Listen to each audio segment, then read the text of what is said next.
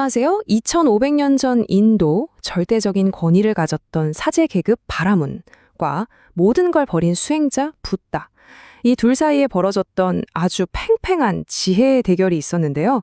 오늘은 브라흐마나 상역다를 통해서 그 흥미진진한 만남의 순간으로 한번 들어가 볼까 합니다. 자, 이 질문으로 한번 시작해 볼까요? 태어날 때부터 모든 게 결정되던 사회, 그 가장 꼭대기에 있던 바라문들이 왜 모든 기득권을 부정하는 것처럼 보이는 수행자 붓다를 찾아갔을까요? 과연 그냥 호기심이었을까요? 아니면 자신들의 세계가 흔들리는 걸 느꼈기 때문일까요?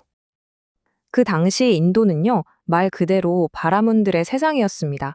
혈통이 곧 권력이었고 아주 복잡한 제사를 지내는 게 신성함의 증거였죠. 그런데 붓다는 완전히 정반대의 길을 이야기합니다. 중요한 건 태생이 아니라 지금 이 순간의 행위와 깨달음이라고 말이죠. 이건 뭐 기존 질서에 대한 정면 도전이나 마찬가지였습니다. 자, 그럼 그 첫 번째 충돌, 그 생생한 현장으로 한번 가보시죠. 이 이야기는 분노와 모욕, 그러니까 우리 모두가 겪는 이 감정의 폭풍을 어떻게 잠재울 수 있는지 정말 놀라운 지혜를 담고 있습니다.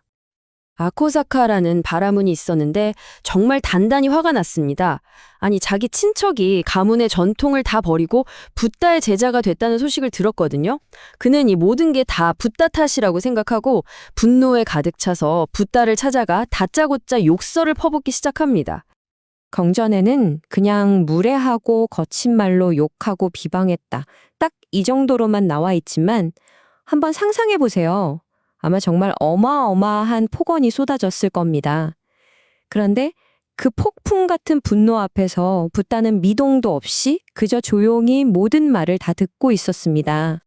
자, 한번 생각해 보세요.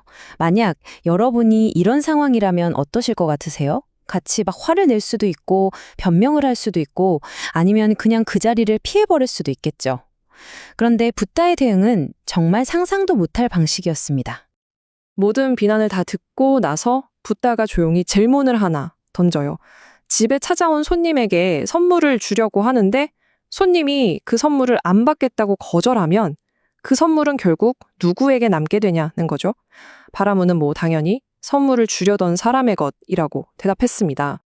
바로 이겁니다. 붓다가 말해요. 그대가 준 그 욕설이라는 선물을 나는 받지 않겠습니다. 그러니 그것은 온전히 그대의 것입니다. 와, 이 한 문장이 분노의 본질을 그냥 꿰뚫어 버리는 거죠.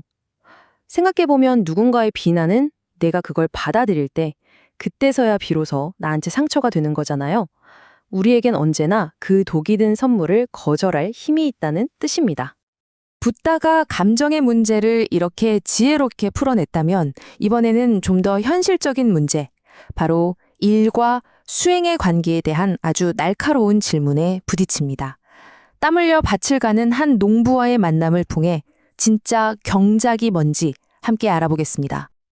땀을 뻘뻘 흘리면서 밭을 갈던 농부, 카시 바라드 바자가 있었어요. 근데 저쪽에서 붓다가 탁발하는 모습이 눈에 탁 들어온 겁니다. 그의 눈에 붓다는 일도 안 하고 먹을 것만 구하는 사람으로 보였고 이게 영 마음에 안 들었던 거죠. 그래서 그는 붓다한테 대놓고 쏘아붙입니다. 이보시오 수행자여. 나도 이렇게 밭을 갈고 씨를 뿌려서 그 수확으로 먹고 사는데 당신도 일을 해서 먹고 살아야 하지 않겠소? 아주 현실적이면서도 직설적인 비판이죠. 그런데 붓다는 이 비판을 피하는 게 아니라 오히려 정면으로 봤습니다. 그리고 이렇게 대답해요. 바라문이여, 나 또한 밭을 갈고 씨를 뿌려 먹습니다. 농부는 정말 황당했을 겁니다. 눈앞의 수행자는 농기구는커녕 아무것도 가진 게 없었으니까요. 자, 이 부분이 정말 재밌습니다.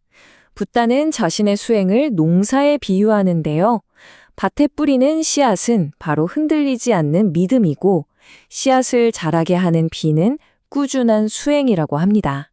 또 단단한 땅을 가는 쟁기와 멍에는 번뇌를 꿰뚫는 지혜이며 소를 올바른 길로 이끄는 쟁기날과 막대기는 바로 마음 챙김이라고 설명합니다. 그렇다면 이 특별한 농사의 수확물은 과연 무엇일까요? 바로 불사의 열매, 즉 모든 괴로움에서 벗어난 완전한 자유입니다. 붓다는 가장 일상적인 행위를 통해 가장 심오한 진리를 이렇게 완벽하게 설명해낸 것입니다. 분노를 선물에 비유하고 수행을 농사에 비유한 두 이야기. 이 이야기들 속에서 붓다가 당시 사회의 기득권층에게 던지고자 했던 진짜 핵심 메시지는 무엇이었을까요? 핵심은 바로 방향의 전환입니다. 붓다는 바라문들에게 계속해서 말하는 거죠. 당신의 가치는 신분이 아니라 당신의 행위로 증명됩니다. 진정한 깨끗함은 외부의 의식이 아니라 내면의 정화에서 옵니다. 그리고 당신의 괴롭히는 그 분노는 남 탓이 아니라 바로 당신 스스로 다스려야 할 마음의 문제라고요. 모든 화살표를 바깥이 아닌 자기 안으로 돌리게 한 겁니다. 더 놀라운 건 뭔지 아세요? 이렇게 붓다에게 도전했던 바라문들이 결국 그의 가르침에 깊이 감화되어서 제자가 되었다는 사실입니다. 지배계급이 스스로의 권위를 내려놓고 붓다를 따랐다는 건 당시 인도 사회에 정말 엄청난 충격과 변화의 바람을 몰고 왔을 겁니다.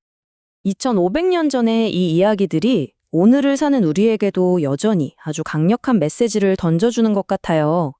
다른 사람의 비난을 받아들이지 않을 권리, 그리고 내면의 밭을 갈아서 지혜의 열매를 맺는 것. 이 고대의 지혜가 여러분의 삶에는 어떤 영감을 주는지 한 번쯤 생각해 보시는 건 어떨까요?